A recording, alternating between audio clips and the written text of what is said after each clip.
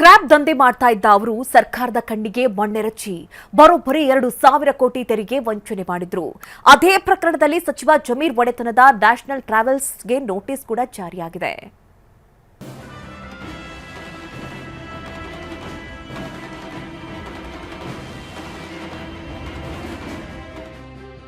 ₹2,000 ಕೋಟಿ ತೆರಿಗೆ ವಂಚನೆ ಕೇಸ್ಗೆ ಟ್ವಿಸ್ಟ್.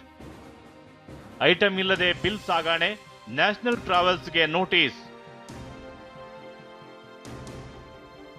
ಕಮರ್ಷಿಯಲ್ ಟ್ಯಾಕ್ಸ್ ಅಧಿಕಾರಿಗಳು ಇತ್ತೀಚೆಗೆ ನಡೆಸಿದ ಮೆಗಾ ಕಾರ್ಯಾಚರಣೆಯಲ್ಲಿ ಬರೋಬ್ಬರಿ 2,000 ಕೋಟಿ ರೂಪಾಯಿ ಐಟಿಸಿ ಅಂದ್ರೆ ಇನ್ಪುಟ್ ಟ್ಯಾಕ್ಸ್ ಕ್ರೆಡಿಟ್ ವಂಚನೆ ಜಾಲ ಬಯಲಾಗಿತ್ತು. ಈ ಕೇಸ್ ಸಂಬಂಧ ಇಬ್ಬರು ವ್ಯಕ್ತಿಗಳನ್ನ ಜಿಎಸ್ಟಿ ಕಾಯ್ದೆಯಡಿ ಬಂಧಿಸಲಾಗಿತ್ತು. ಆದರೆ ಈ ಕೇಸ್ನಲ್ಲಿ ಸಚಿವ ಜಮೀರ್ ಅಹಮದ್ಗೆ ಸೇರಿದ ನ್ಯಾಷನಲ್ ಟ್ರಾವೆಲ್ ಹೆಸರು ತಳುಕು ಹಾಕಿಕೊಂಡಿದೆ. ವಂಚನೆ ಪ್ರಕರಣ ಸಂಬಂಧ ಅಧಿಕಾರಿಗಳು ಎಸ್ಕೆಎಸ್ ಟ್ರೇಡರ್ಸ್ನ ಸಲೀಮುಲ್ಲಾ, ಕೆಎಚ್ಇ ವೇಸ್ಟ್ ಸೈಕ್ಲಾರ್ನ ಹಸನ್ ಬೇಗ್ ಎಂಬುವರನ್ನ ಬಂಧಿಸಿದ್ರು. ಈ ಇಬ್ಬರ ವಿಚಾರಣೆ ವೇಳೆ ನಕಲಿ ಬಿಲ್ ಸಾಗಾಟಕ್ಕೆ ನ್ಯಾಷನಲ್ ಟ್ರಾವೆಲ್ ಹೆಸರಲ್ಲಿದ್ದ ಲಾರಿಗಳನ್ನ ಬಳಸಿಕೊಂಡಿರೋದು ಗೊತ್ತಾಗಿದೆ.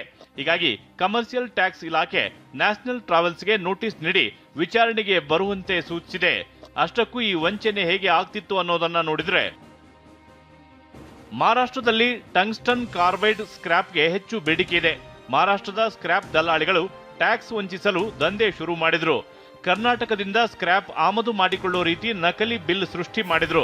ವಿಷಯ ಅಂದ್ರೆ, ಬೆಂಗಳೂರಲ್ಲಿ ಟಂಗ್ಸ್ಟನ್ ಸ್ಕ್ರಾಪ್ ಹೆಚ್ಚಾಗಿ ಸಿಗೋದಿಲ್ಲ, ಆದ್ರೆ ಇಲ್ಲಿಂದಲೇ ಅತಿ ಹೆಚ್ಚು ರವಾನೆ ಆಗಿರೋದ್ರ ದಾಖಲೆ ಸೃಷ್ಟಿಯಾಗಿತ್ತು. ಅದರಲ್ಲೂ ಎಸ್ಕೆಎಸ್ ಟ್ರೇಡರ್ಸ್ ವಹಿವಾಟು 3 ವರ್ಷಗಳಲ್ಲಿ 50 ಕೋಟಿಯಿಂದ 945 ಕೋಟಿ ರೂಪಾಯಿಗೆ ಏರಿತ್ತು.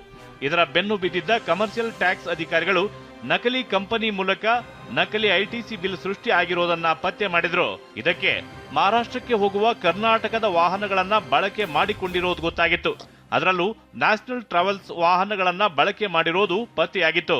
ಈ ವಾಹನಗಳಲ್ಲೇ ಸ್ಕ್ರಾಪ್ ರವಾನೆ ಎಂದು ಇವೇ ಬಿಲ್ ಸೃಷ್ಟಿ ಮಾಡಿದ್ರು. ಅಸಲಿಗೆ ಈ ವಾಹನಗಳಲ್ಲಿ ಯಾವುದೇ ಸ್ಕ್ರಾಪ್ ಇರ್ತಿರ್ಲಿಲ್ಲ. ಇದೇ ಕಾರಣದಿಂದಲೇ ನಕಲಿ ಐಟಿಸಿ ಬಿಲ್ ಜಾಲದಲ್ಲಿ ನ್ಯಾಷನಲ್ ಟ್ರಾವೆಲ್ಸ್ ಪಾತ್ರ ಇರೋದರ ಅನುಮಾನ ಇರೋದ್ರಿಂದ ನೋಟಿಸ್ ನೀಡಲಾಗಿದೆ.